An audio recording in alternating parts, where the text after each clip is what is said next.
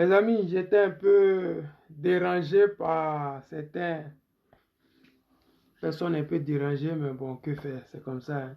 C'est la vie, de temps en temps, il faut s'accommoder avec la situation. Comme je vous l'ai dit, il fallait bien que je sorte sur la situation actuellement. Ça fait plaisir de voir le président Laurent Gbagbo. Donc, comme je l'ai dit, je vais commencer. On va faire vite, il s'est fait tard. Et je vais laisser les uns et les autres demain regarder ceux qui peuvent regarder, ok? Salut, salut, salut la famille, salut les amis. Moi, c'est le président Lota. Je m'invite cette nuit chez vous à travers vos différents réseaux sociaux pour vous apporter ma contribution dans la lutte ivoirienne et particulièrement la lutte panafricaine. Cette lutte panafricaine qui a fait assez de morts, des déplacés de guerre et des prisonniers politiques. À l'heure où je suis en train de vous parler, Alassane Draman Ouattara a pris en otage de Woblé et tous les militaires qui ont protégé les Ivoiriens à l'époque. Mais aujourd'hui, vous savez que le président Laurent Gbagbo est parti faire sa réclamation. Oui, il allait poser la réclamation parce que le RHDP, pour ne pas dire la CEI, avait donné cette opportunité-là au président Laurent Gbagbo de le faire. Et comme vous savez, comme je l'ai dit hier, le président Laurent Gbagbo, c'est celui-là qui marche avec la loi. Le président Laurent Gbagbo, c'est celui-là qui aime quand les Ivoiriens sont heureux. Le président Laurent Gbagbo, à travers sa démarche, à travers cette démarche, les Ivoiriens se retrouvent et ils savent que le sang ne coulera jamais tant que le président Laurent Gbagbo sera le leader. Parce que beaucoup ici ont voulu en découdre avec Alassane Draman Ouattara. Beaucoup, tellement ils détestent Alassane Draman Ouattara. D'autres veulent même prendre les armes pour qu'on puisse en finir. Mais le président Laurent Gbagbo a toujours choisi l'option de la démocratie, l'option du dialogue, l'option là où les Ivoiriens peuvent échanger sans avoir à s'entretuer. Et c'est ça qui nous autres là nous plaît parce qu'on s'est dit quoi? Le président Laurent Gbagbo va nous léguer quelque chose que jusqu'à présent, on n'a pas encore eu droit. C'est-à-dire une démocratie sans faille, une démocratie sans tricherie, une démocratie sans que les gens ne disent sans moi, il n'y aura pas de paix. Non, le président Laurent Gbagbo aujourd'hui dit à cette jeunesse-là, je veux vous léguer quelque chose. Je veux que nous trois, là, quand on quitte la scène politique, vous ayez une démocratie vraie. Et ça commence comme ça, parce que les actes que le président Laurent Gbagbo pose, les actes qu'Alassane Draman Ouattara pose, c'est tellement désagréable, c'est tellement dégueulasse, c'est tellement chiant, c'est tellement énervant que, en temps normal, si c'était quelqu'un qui était assoiffé de pouvoir, il y a très longtemps, il avait déjà commencé à mettre Draman Ouattara dans des situations compliquées et vraiment des situations difficiles. Mais l'objectif du président Laurent Gbagbo, ce n'est pas d'amener les Ivoiriens dans des situations compliquées et difficiles. Le mot d'ordre, s'il le donne, ça va atteindre son objectif. Le mot d'ordre aujourd'hui, si le président Laurent Gbagbo donne, les Ivoiriens par milliers sortiront. Quand le président Laurent Gbagbo est sorti, il a vu du monde. Et il a compris que oui, les gens l'aiment. Il était étonné parce qu'il s'est dit, c'était 2-3 personnes. Il a dit, hé, c'est-à-dire qu'il est étonné de voir l'engouement des gens. Ce n'est pas n'importe qui, ce n'est pas n'importe qui. C'est ça la différence. Mais le problème, c'est qu'au RHDP, on veut faire passer le président Laurent Gbagbo pour n'importe qui et le traiter comme Soro Guillaume ou comme n'importe quoi. Mais ça ne peut pas passer parce que lui, il a toujours un pas d'avance sur lui, le président Laurent Gbagbo, à travers sa vision, à travers son comportement. Oui, les gens du RHDP ne savent pas comment réagir face au président Laurent Gbagbo. Les gens du RDR ne savent pas comment faire face au président Laurent Gbagbo. Parce qu'un non-violent, de quoi vous pouvez l'accuser? Les amis, écoutons la petite partie. Je sais que vous avez déjà écouté parce que quand le guide parle, tout le monde veut écouter. Mais je vais vous mettre la vidéo pour que les gens qui n'ont pas eu la possibilité de pouvoir écouter cette vidéo puissent, à travers ma vidéo, écouter un peu les propos du président Gbagbo Laurent, ok? Président de la République de Côte d'Ivoire, d'octobre 2000 à avril 2011. On ne juge pas un ancien président de la République n'importe comment et devant n'importe quelle juridiction. Ça, c'est vrai. Il y a une procédure pour mettre en cause et pour juger un ancien président de la République et les présidents d'institutions. Ça, c'est la loi qui C'est le une dit. loi de 2005.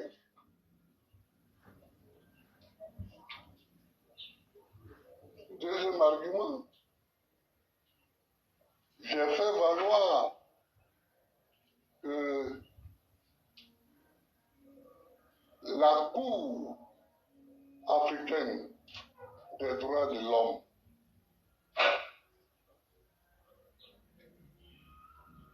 a demandé ma réinscription sur la liste électorale. Troisième argumentation, je ne les cite pas par ordre d'importance, mais comme ça me vient.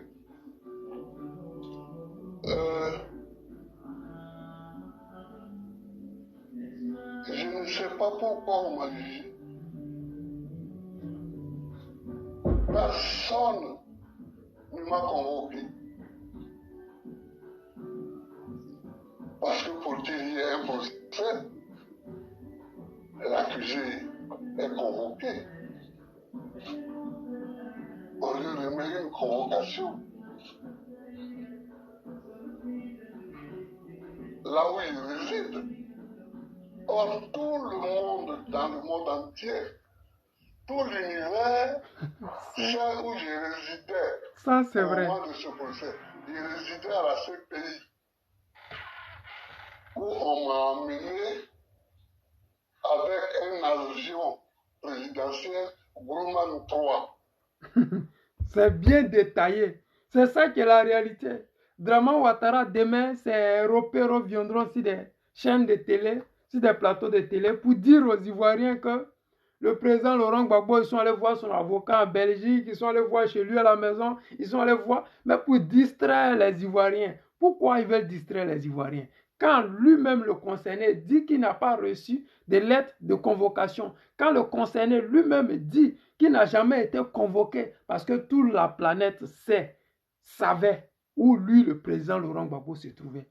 Tout le monde savait où se trouvait le président Laurent Gbagbo. Alors demain, vous allez voir sur le plateau télé des RDR, de ces rebelles-là, que oui, le président Laurent Gbagbo a été jugé et condamné. Mais pour juger quelqu'un, il faut lui donner une convocation. Et ça, Abiba Touré l'avait déjà expliqué sur la chaîne NCI des rebelles. Elle avait déjà expliqué ça. Mais le président Laurent Gbagbo a encore appuyé ça. Parce que pour dire aux Ivoiriens, ceux qui sont sceptiques, qui disent qu'il a été jugé, ils sont allés voir son avocat, mais non, c'est à lui on doit remettre et c'est lui qui doit prendre la convocation pour aller voir son avocat. Donc quand vous savez que vous l'avez envoyé à la CPI dans un Grumman présidentiel, c'est-à-dire que la présidence est au courant.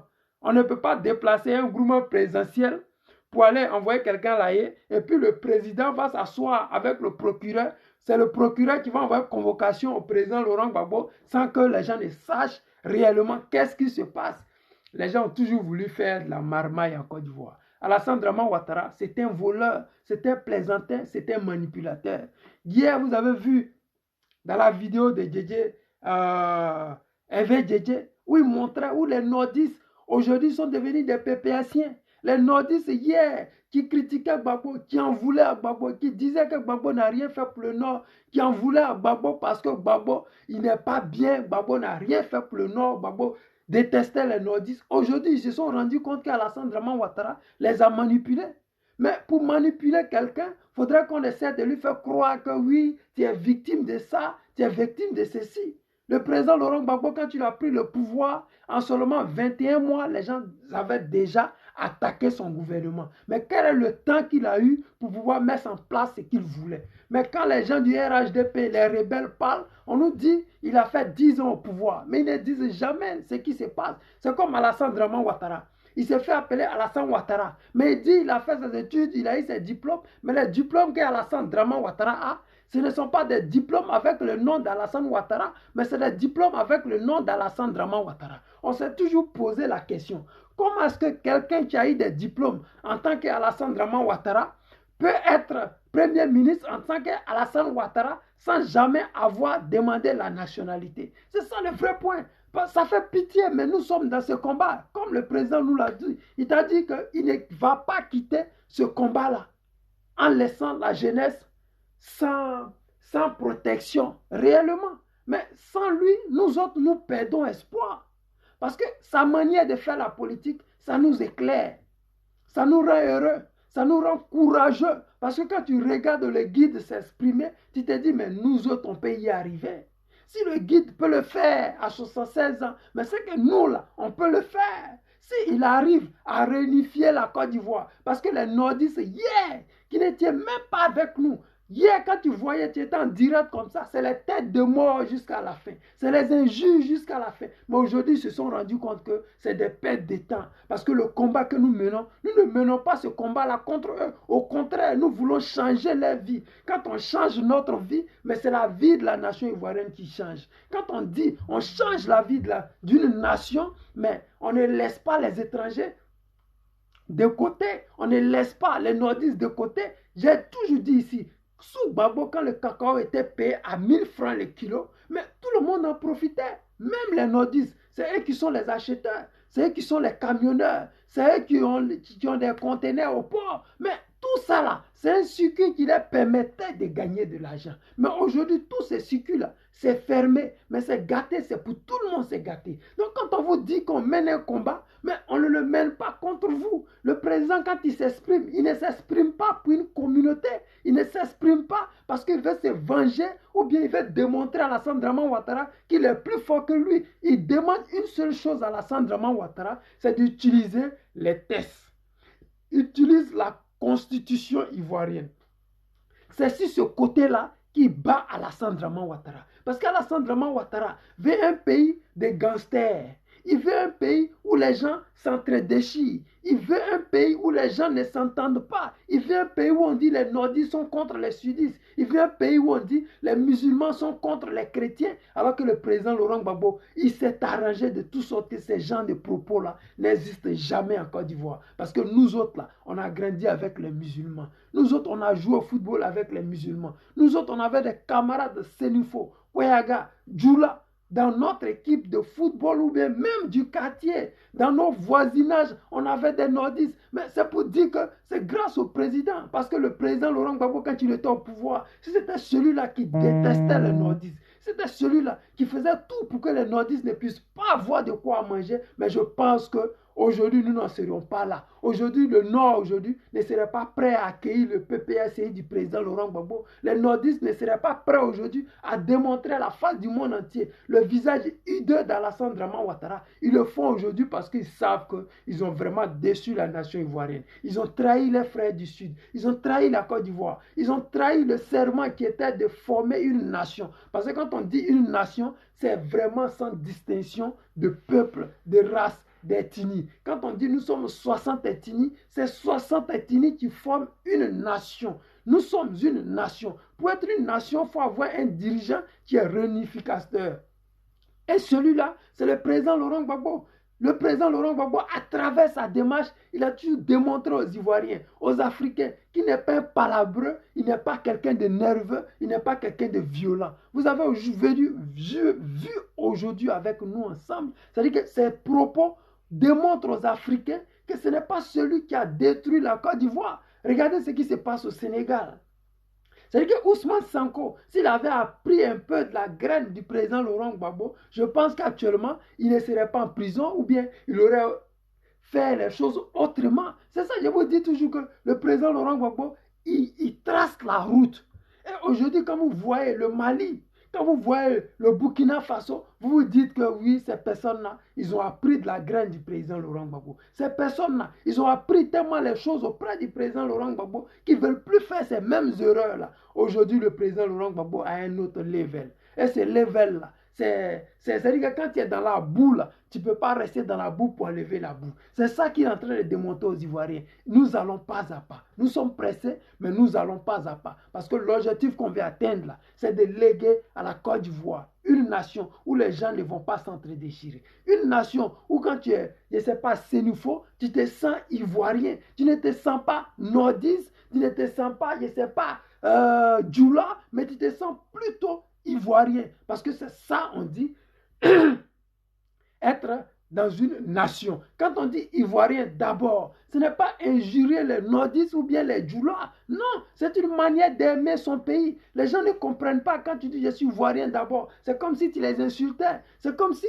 tu leur manquais le respect. C'est comme si tu disais quelque chose qui était vraiment méchant. Alors que ce n'est pas vrai. Ce n'est pas méchant. Être ivoirien d'abord, c'est d'abord faire l'éloge de ton pays. C'est faire la promotion de ta culture. C'est démontrer que nous pouvons être une nation tout en respectant la loi de notre pays. Et c'est ça qui fait que le président aujourd'hui, même quand la situation est compliquée, parce qu'à l'heure où je vous parle, la situation est compliquée. Parce que Draman Ouattara, avec ses nervis, ses rebelles, et puis l'armée de son côté, mais on s'est dit qu'on ne va pas y arriver. On se dit comment on va le faire. Mais lui, il a la potion qui va avec. Lui, il a le courage qui va avec. Il a le verbe qui va avec. Il a la solution qui va avec. Il est l'homme là providentiel. Il nous donne l'espoir.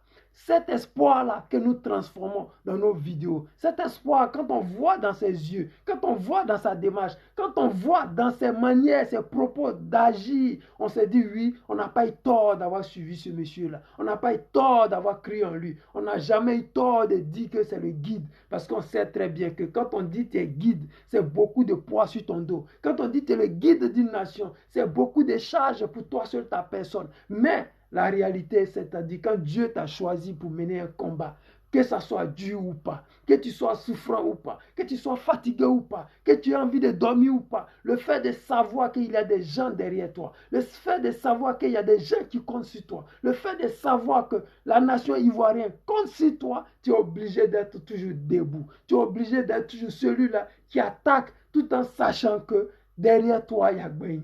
Tu es celui-là qui doit toujours apporter la joie, la compétence, la volonté d'avancer. Parce que le président Laurent Gbagbo aujourd'hui a dit aux Ivoiriens, il y a des gens qui sont lents, mais ils vont nous rejoindre. Et c'est la réalité. Nous savons de qui il parle. Nous savons de qui le président Laurent Gbagbo aujourd'hui quand il disait ça. Il y a des gens qui sont là, mais ils vont nous rejoindre. Mais c'est la réalité. Quand on mène un combat de vérité, il y a beaucoup qui vont se promener. Il y a beaucoup qui vont se distraire. Il y a beaucoup qui vont, je ne sais pas, se jouer les dangereux, mais le plus important, c'est de savoir que nous qui sommes dans la vérité, nous devons rester dans cette vérité. C'est cette vérité-là qui va les éclairer, parce que nous sommes la lanterne, nous sommes la lumière, nous sommes le lampadaire. Le président Laurent Gbagbo, c'est le soleil qui permet à tout un chacun d'avoir une boussole, de s'orienter en fonction de là où il va. Le président Laurent Gbagbo, il nous dit, et il ne fait que de répéter, il veut nous léguer la démocratie. Nous qui sommes les enfants africains, nous qui sommes ivoiriens de souche, nous qui sommes en Côte d'Ivoire, habitants de Côte d'Ivoire, est-ce que nous ne sommes pas fiers d'avoir une nation qui est démocratique?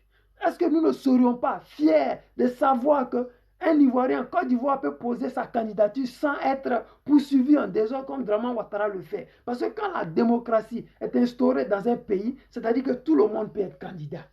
Si tu n'es pas un voleur, si tu n'es pas un braqueur, si tu n'es pas un assassin et que tu as travaillé dur côté politique et que tu veux atteindre des objectifs plus grands que ça, tu veux avoir à ta disposition une démocratie, des lois qui respectent tes droits. Et c'est ça qui nous manque actuellement. C'est ça qui manque à la Côte d'Ivoire. Hier, je vous montrais une vidéo où des policiers, ils ont été grigés, mais ils n'ont même pas le courage d'aller porter plainte. Parce que quand tu n'es pas dans une démocratie, tu as peur même de pouvoir réclamer toi-même tes propres droits. Regardez Charles Blé Goudé. Il est dans ses droits, mais il a peur de réclamer ses droits. Parce que ce n'est pas la démocratie. Dans une démocratie, les citoyens ont le droit de demander, d'exiger que la démocratie s'applique, que la loi s'applique. Mais quand on est dans une dictature, même ta propre raison, tu as peur de faire prévaloir ça. Et quand le président Laurent Gbagbo dit aux Africains, dit aux Ivoiriens, je vais léguer à la nation ivoirienne une démocratie, mais c'est la joie, ça nous fait plaisir. Nous qui sommes les enfants du président Laurent Gbagbo, on se dit, merde,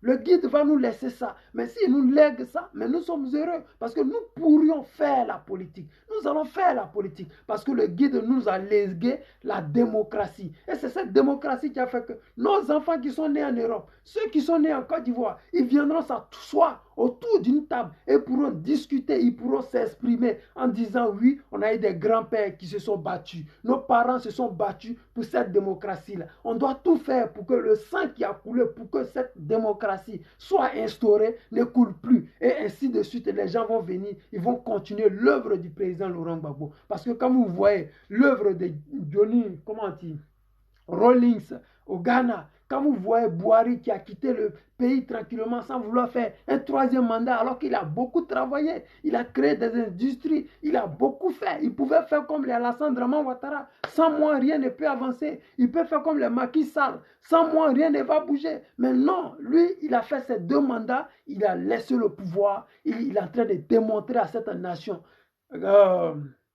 nigérienne que la démocratie est en marche. Et la démocratie, comme le président Laurent Gbagbo ne cesse de le dire, ce n'est pas parce que les Européens le veulent qu'on doit le faire. Mais la démocratie elle-même, là, elle entraîne avec lui son lot de paix, d'évolution et de prospérité. En Europe, pourquoi les gens ne souffrent pas? Mais il y a la démocratie, il y a la continuité. On ne dit pas parce qu'il y a la démocratie, il ne doit pas avoir d'opposition. Ce n'est pas vrai. Ici, l'opposition, elle est farouche, elle est vraiment farouche.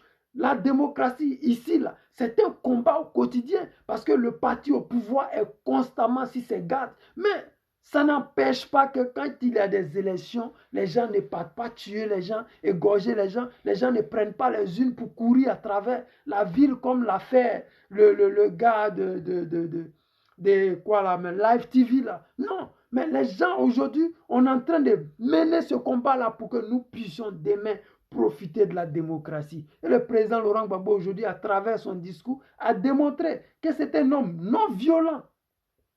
Maminat, soit salué. Seri Bado, soyez tous salués, vous qui êtes là. Partagez si vous pouvez. C'est important, il s'est fait tard, mais on va faire avec.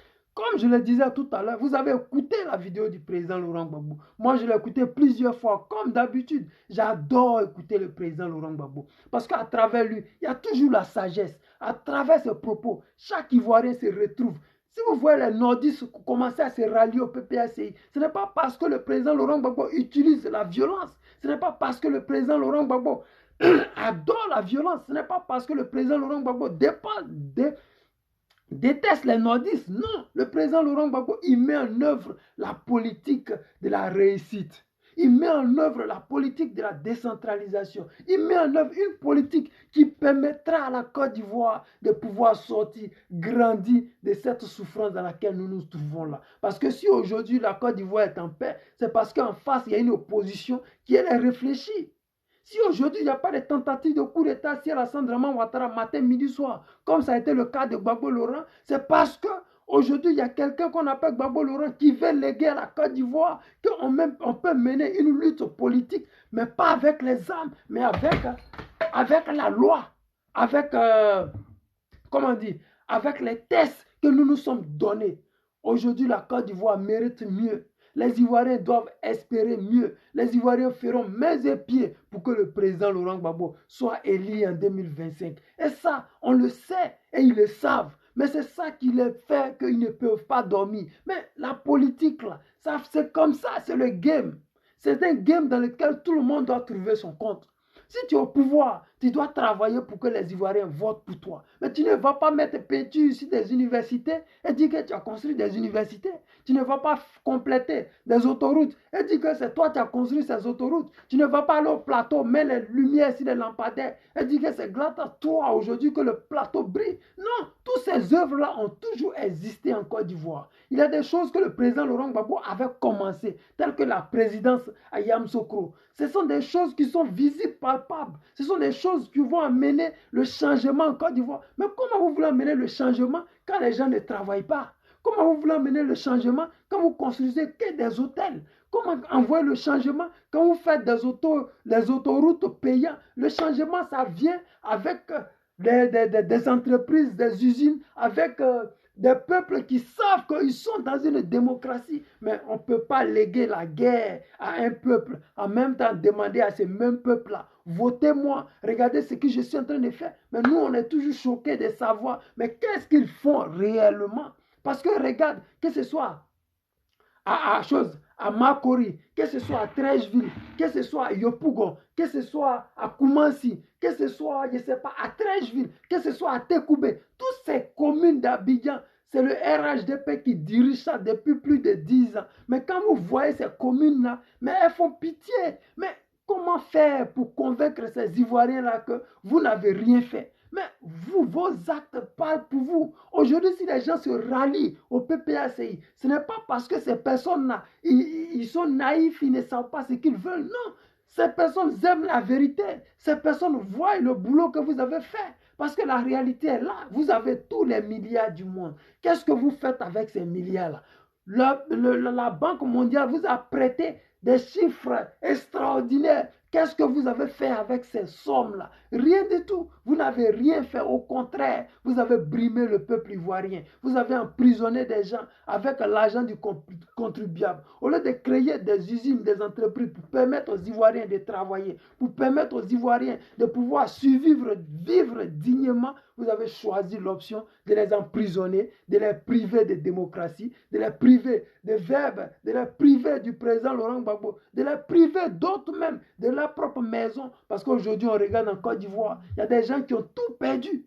Ce n'est pas des vanipiers, ce n'est pas des vagabonds, c'est des fonctionnaires qui ont travaillé plus de 30 ans. Ils ont investi dans des entreprises qui ne sont pas en faillite. On ne leur donne pas l'argent. On dit qu'ils sont en faillite, mais ils n'ont pas déposé de bilan qui prouve qu'ils sont en faillite. Mais c'est ça aussi, Dramanistan. Les gens sont meurtris dans leur peau. Les gens sont souffrants. Les gens sont nerveux. Les gens sont rancuniers. Les gens sont déçus d'Alassane Draman Ouattara et de son gouvernement. Mais que faire? L'option numéro 1, c'est d'aimer et aider le président Laurent Gbagbo à atteindre cet objectif-là. C'est nous tous ensemble qui devons atteindre cet objectif-là. Ce n'est pas un objectif qui concerne typiquement que le PPACI et la Côte d'Ivoire. Pour ne pas dire les Ivoiriens de souche, c'est chaque peuple vivant en Côte d'Ivoire qui doit s'unir derrière le président Laurent Gbagbo pour atteindre cet objectif-là. Parce que je vous dis qu'avec le président Laurent Gbagbo, le cacao va atteindre son objectif. La NACAD va revenir là où il était. Les VA, mais les Ivoiriens seront encore des princes. Les Ivoiriens encore vont commencer le coupé décalé qui va mousser partout. Parce que c'est ça. Il faut vivre cet espoir-là. Il faut vivre le temps du président Laurent Gbagbo. Il faut vivre tout en ayant l'espoir que le président Laurent Gbagbo va faire beaucoup pour cette nation-là. Oui, il est fatigué, mais il dit aux Ivoiriens, je suis debout. Je ne veux pas que vous m'enterriez parce que ce combat n'est pas encore fini. Je suis à votre côté. Je suis avec vous. C'est un message qui touche le cœur parce que nous autres qui sommes les enfants du président Laurent Gbagbo, quand on voit les guides s'exprimer comme ça, en disant, je ne veux pas laisser mon honneur être sali. Je vais vous léguer mon nom. Mais ce nom-là, on est fiers de le porter. On est fiers d'être appelé enfant de Gbagbo. On est fiers d'être appelé PPACien parce que le nom du Woody n'est pas sale. Le nom du guide n'est pas sale. Il se bat pour ce nom. Nous qui sommes ses enfants, on doit se battre pour que ce nom-là reste intact. On doit se battre matin, midi, soir pour que ce nom ne soit pas souillé par ces dictateurs. On doit se battre nuit et jour pour que ce nom-là, nos petits-enfants ne retiennent pas que le président Laurent Gbagbo a eu un casier judiciaire parce qu'il a braqué une quelconque banque. Ce n'est pas possible. Le Woody, il s'est battu pour une démocratie vraie. Il se bat pour une démocratie vraie. Il veut nous léguer quelque chose. Nous qui sommes ses enfants, sommes-nous prêts à aller prendre cet héritage-là? Nous qui sommes ses enfants, sommes-nous prêts réellement à aller reconquérir ce pouvoir pour qu'on puisse laver son honneur? Nous qui sommes ses enfants, nous qui nous appelons les enfants du Woody, nous qui nous appelons les PPAciens, sommes-nous prêts à aller chercher cet honneur qu'Alassane Draman Ouattara a traîné dans la boue? C'est à vous de savoir, c'est à vous de comprendre, c'est à vous de vous poser les vraies questions. Parce qu'aujourd'hui, nos parents du Nord, ils ont déjà compris le game. Tous nos parents du Sud, ils ont compris le game. Les gens qui étaient sceptiques avant, ils ont compris. Parce que l'objectif qu'on veut mener avec ce combat, l'objectif du président Laurent Gbagbo, c'est de léguer à la Côte d'Ivoire quelque chose qu'on pourra exploiter demain. C'est ça, on dit un père pense à ses enfants. Quand tu es un père, tu travailles pour tes enfants pour que ces enfants-là ne puissent pas demain dire « Oh, j'ai pas eu de père » ou vraiment notre père c'est un faux type. Jamais on ne le dira parce que nous qui sommes de cette génération, nous qui avons vu le président Gbagbo diriger la Côte d'Ivoire. Nous qui avons vu la Côte d'Ivoire quand elle a été attaquée par Soro Guillaume et Alassane Draman Ouattara. Nous savons, nous connaissons la valeur du président Laurent Gbagbo. Nous connaissons la valeur de ce combat-là. Nous savons quand le président Laurent Gbagbo parle du combat, il sait, nous savons de quoi il parle. Quand tu parles de combat, de toujours continuer ce combat, nous savons de quoi il parle parce que ce combat-là, il a laissé beaucoup de plumes dans ce combat-là. Ce combat-là, il a laissé sa dignité. Dans ce combat-là, il a failli laisser sa vie. Dans ce combat-là, il ne nous demandait rien, juste respecter les lois, respectons la Constitution. C'est ça la démocratie, c'est respecter la loi. Quand tu respectes la loi, tu démontres que tu es un démocrate. Mais quand tu es un Burkinabé et que tu as été parachuté à la tête d'un pays où les gens te détestent, c'est difficile pour toi d'exister même dans ce pays-là. Oui, Marie-Josée Ladiva, sois salué, camarade. C'est difficile parce qu'Alassane Draman Ouattara, il a été parachuté à la tête de la Côte d'Ivoire. Il ne sait même pas qu'est-ce qu'il doit faire pour les Ivoiriens. Il pense que c'est en faisant les routes, alors que ces routes-là, ça devait être la synthèse des entreprises qui sont déjà installées, des usines qui sont déjà là, qui embauchent les Ivoiriens. Et la route, là, ça allait permettre à ces Ivoiriens de partir dans ces entreprises, dans ces usines. C'est-à-dire que Draman Ouattara, il a commencé vers la fin pour venir vers le départ. Ça ne se fait pas. On quitte au départ pour aller vers la fin, mais on ne commence pas parce que quand ce n'est pas ton projet, quand tu ne sais pas qu'est-ce que tu fais là, tu es obligé de bafouer, de tout mélanger parce que ce qui donne à la Côte d'Ivoire aujourd'hui, c'est de la bouillabaisse, c'est du brigandage. Il force les Ivoiriens à l'aimer. Il force les Ivoiriens à dire que lui, Alassane Draman Ouattara, il a beaucoup travaillé. Il dit aux Ivoiriens, regardez sur les panneaux publicitaires, j'ai augmenté votre salaire. Regardez sur les panneaux publicitaires, j'ai construit des routes. Regardez sur les panneaux publicitaires, j'ai construit des ponts. Pour la première fois dans un pays, quand on construit un pont, on met sur des panneaux publicitaires qui encore coûtent de l'argent aux contribuables ivoiriens. Parce que les panneaux publicitaires, ce n'est pas gratuit, c'est de l'argent. Pourquoi prendre de l'argent pour faire la promotion de ce que tu fais déjà? Ce n'est pas vrai, parce que quand tu ne fais pas un bon travail, tu es obligé de faire la promotion de ton boulot. Sinon, quand le travail il est bon, il sait faire seul sa promotion. Le président Laurent Gbagbo, il n'a jamais payé qui que ce soit. Il n'a jamais corrompu qui que ce soit. Les gens qui le suivent, ils ne sont pas naïfs, ils ne sont pas des idiots, c'est tous des docteurs. Ces personnes qui suivent le président Laurent Gbagbo, ce n'est pas des illettrés, c'est des docteurs. Mais ces docteurs-là, ils ont un peu le cerveau, ils connaissent de quoi ils parlent. Quand le président Laurent Gbagbo s'exprime, ils savent qu'ils pouvaient aller au RHDP et puis gagner de l'argent. Mais ce sont des personnes qui sont droits, ce sont des personnes qui croient que la démocratie mérite de mener ce combat-là pour le futur de la Côte d'Ivoire. La Côte d'Ivoire aura un futur radieux. Je le sais, je le sens. Le président Laurent Gbagbo nous emmènera là où il faut. Les amis, c'était juste ce petit message que j'avais pour vous. Je voulais vous dire merci beaucoup. Vous qui avez été là, je sais qu'il s'est fait tard, mais il fallait que je sorte pour au moins m'exprimer sur le sujet aujourd'hui qui me tenait à cœur. Ça m'a vraiment fait plaisir et je tenais à dire merci à ces jeunes-là qui sont allés inscrire.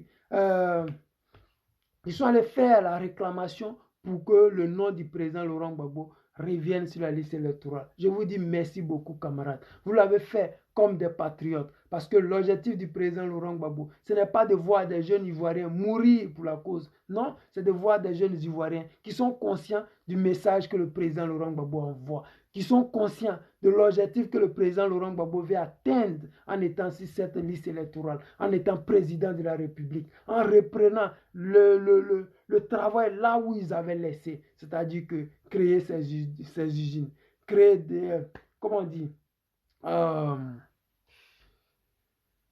la décentralisation. Ce sont des choses qui tenaient à cœur au président Laurent Gbagbo. Ce sont des choses qui allaient envoyer du travail en Côte d'Ivoire. La décentralisation va permettre à chaque région de pouvoir s'autosuffire. Mais hélas, aujourd'hui, on se retrouve dans une situation où tout se trouve à Abidjan. Parce qu'Alassane Draman Ouattara, il travaille pour les Français. Le port d'Abidjan en France, pour ne pas dire pour les Français, et tout se passe à Abidjan. Rien à Yamoussoukro parce que les Ivoiriens n'intéressent pas Alassane Ouattara. Lui, son problème, c'est comment prendre l'argent des Ivoiriens au maximum pour s'enrichir. Mais tout ça a une fin. Vous avez vu la maison, l'hôtel de vie du président Feu Houphouët-Boigny, il veut le vendre. C'est extraordinaire. On dit que ça appartient à la Côte d'Ivoire. Toi, tu viens au pouvoir. Tu veux tout vendre avant de quitter le pouvoir. C'est extraordinaire. Simplement parce que tu es à la tête de notre pays, tu veux vendre tout ce qui appartient à la Côte d'Ivoire. Mais bon, on est obligé de le faire avec. Nous allons pas à pas. Le président nous a montré que ce n'est pas la force, c'est allons pas à pas. Nous sommes pressés. Je vous aime et je vous dis à demain. Ciao, ciao.